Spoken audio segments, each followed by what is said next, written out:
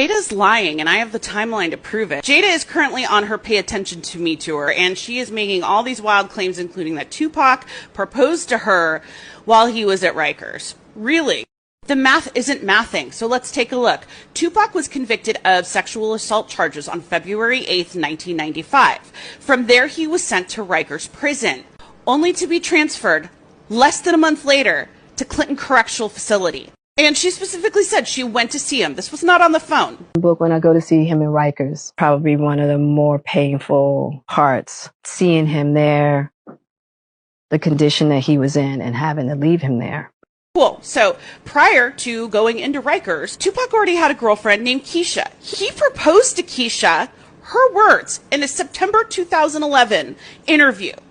He proposed to Keisha before he even went into prison. They were already engaged.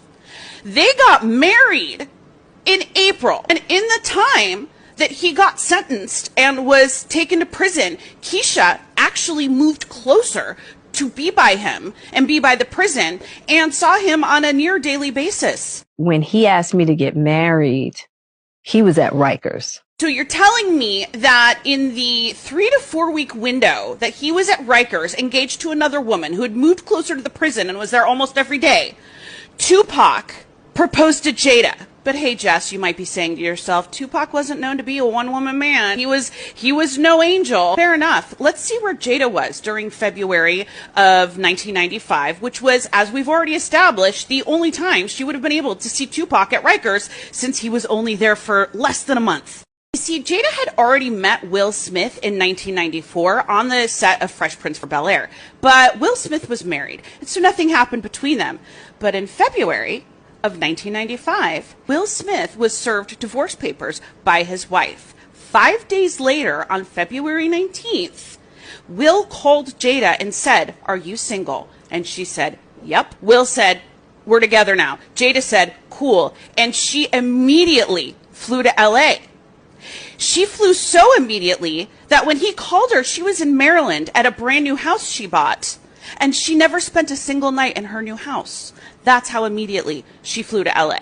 Jada, when in all that time did you visit Tupac at Rikers and get this fucking proposal? And for the record, Keisha and Tupac stayed married for about 10 months. They got their marriage annulled about 4 or 5 months after Tupac was released from prison. He was bailed out by Suge Knight. It wasn't long after that that he met Kidada Jones. Kidada Jones is the daughter of legendary Quincy Jones. Kidada looks a little recognizable. You may know her sister, Rashida Jones, who played Karen on The Office.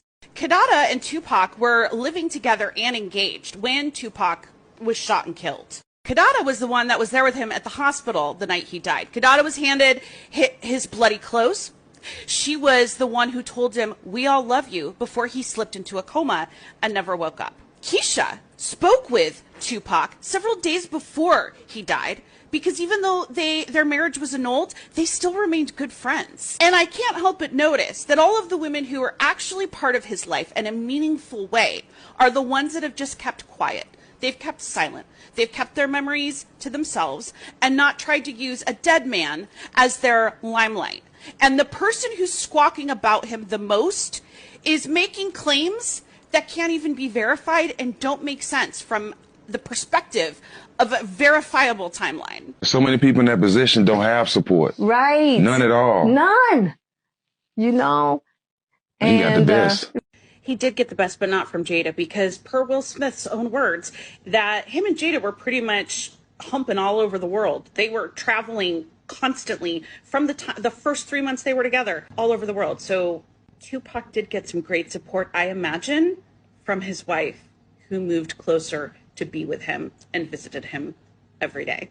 And why do I care? Because I'm Gen X. And like any good Gen X person, I grew up on Tupac. We all remember this going down. We all remember where we were when we heard that Tupac got shot or that he died. We all had this fucking hat from Poetic Justice. We're all just sitting here watching Jada spout these lies being like, do you think no one remembers? Because we all remember. Pepperidge Farm remembers, Jada.